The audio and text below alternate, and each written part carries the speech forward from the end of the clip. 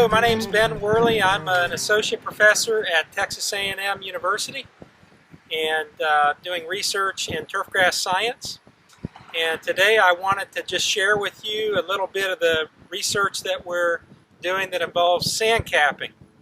And sand capping, in the way that we're looking at it, involves applications where we're trying to improve playability, trying to improve surface conditions, and trying to really improve drainage and infiltration into turfed profiles. The work we've been doing here has been funded by USGA since about 2014, and we're interested in a number of factors that relate to sand capping.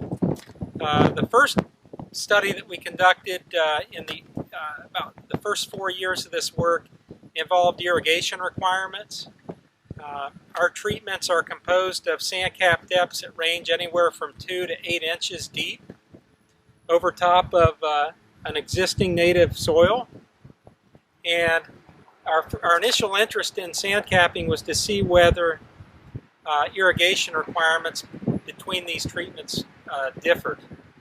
And interestingly, what we found was that we really could not find a difference in irrigation requirements between the capping depths. And our treatments were with 1 and 2 time per week irrigation events, putting out the same amount of water per week. And what we found was that the capping depths really did not make a difference in the amount of water that was needed. So these systems are quite robust. They involve a sand layer over top of native soil. So this sand layer may be constructed early on in the construction process, or a turf manager may make the decision to build this up over time through aggressive top dressing. One of our treatments out here had a 1 inch, actually a 2 inch sand cap that was built up through top dressing at about 1 inch a year, so pretty aggressive rate of top dressing. You may or may not be able to see it, but the sand that we've used has a good deal of fine gravel size fractions. So this is just a local construction sand, pretty inexpensive sand. It's not a USGA spec sand, but this was just a locally sourced construction sand that we used to cap these plots. You always want to start out, when you're interested in sand capping, you always want to try to take a sample of some of the sands that you might be interested in using, as well as a sample of that subsoil that you're going to be placing it over, and work with a reputable soil physical testing lab to determine the appropriate placement depth for that sand. So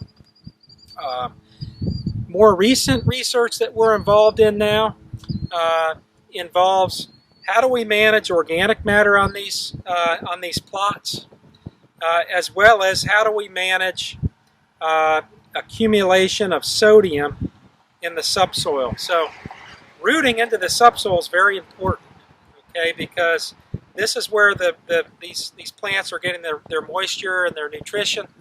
We don't want sealing off from poor quality water over time. And our water here at our field lab is pretty horrific.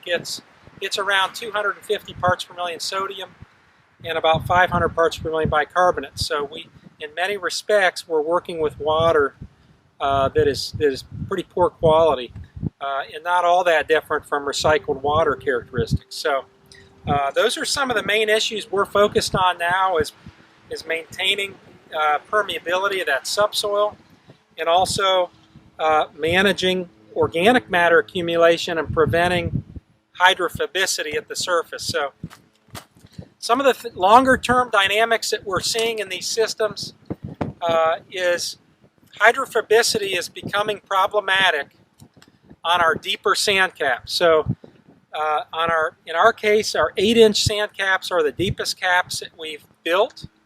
They were based on specifications from water release curve testing from a physical testing laboratory.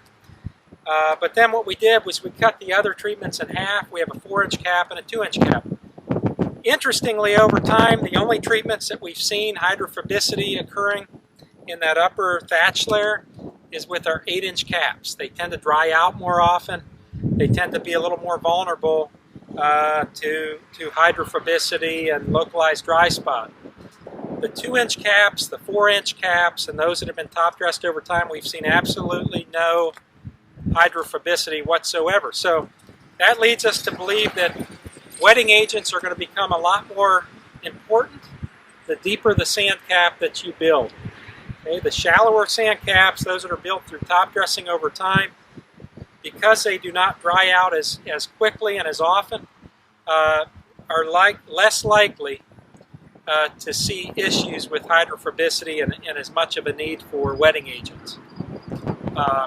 And then the other facet of the current research we're doing deals with gypsum. Management of sodium, not so much in the sand cap, but in the subsoil. Okay? The sand is physically resistant to sodium degradation, whereas the subsoils, we need to pay attention and be careful that it does not seal up over time. Okay? And we're testing different rates and different treatments of gypsum, and so far what we found is applying a rate of gypsum at about 10 pounds per thousand per month of the growing season does not appear to be adequate enough to really pull down the SAR of these subsoils. Okay, we don't see a lot of difference between our untreated plots and those that are receiving 10 pounds per month gypsum. So future work will probably need to bolster and boost up those gypsum rates, but the encouraging thing is we're still seeing a good amount of rooting down into this subsoil within all of our treatments. And again, this is where those plants are getting most of their moisture and their nutrition. So time will tell whether the sodium becomes problematic enough to really interfere with rooting into that subsoil. So Texas A&M long-term sand capping research project here funded by USGA, and appreciate the opportunity to be with you today.